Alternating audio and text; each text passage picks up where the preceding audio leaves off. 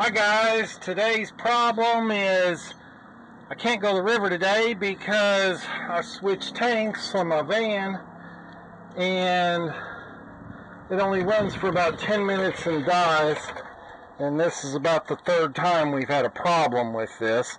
It's this selector here between your tanks messes up. Really don't know what that thing is all about. Anyways, I rarely use but one tank, so my plan is to do away with this switch. They want $250 for a new one. So you can go to advanced and they sell you these fuel lines, and my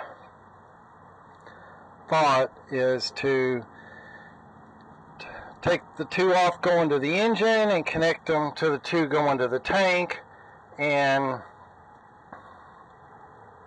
hook them together. And I think what happens is when this thing goes bad, what it's actually doing, it's pumping gas from one tank into the other.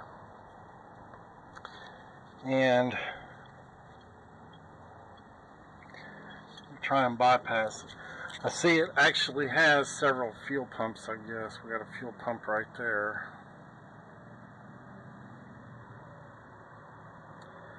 So what I'm going to do is disconnect my line and put it directly into here and disconnect the back tank and see if that's not the problem. So they're two different sizes. When you do this, buy yourself extra clips, because there's a good chance I could break the clips pulling them out. Pull the two out, connect these two, and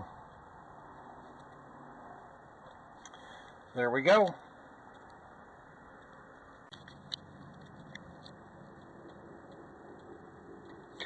Okay guys, it worked. Cost me $18 for these two lines. So what I basically did was I bypassed this, switched the tank size thing. That's $250. And it's like the third time it's gone out, and I'm just tired of it going out at the least opportune time. What you will need to note, they're two different sizes, but go off your fuel pump right here, and this line was coiled, so you can pull it out.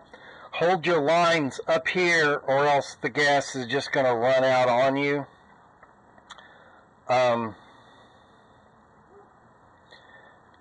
And it's not too nice getting. I did have to really pull this one tight.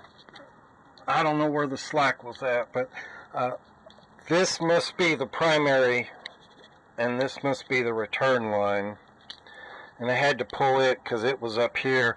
Really don't know what this round cylinder's for. I think it's to, when you switch tanks, it's full of gas, so you don't get a surge in between tanks. It gives you a little bit of reserve in between tanks, and I think that's why when I started it up it would run for about 5 minutes or so and then die. I think it was running what's off of there. So I am hooked up to the front tank. There's another tank behind the differential back there, but I'm going to be running off this tank for now. And if that fuel pump goes out in there, I can just switch to these other lines. But that tank always gave me a little bit of a surge at idle, so that's why I always ran the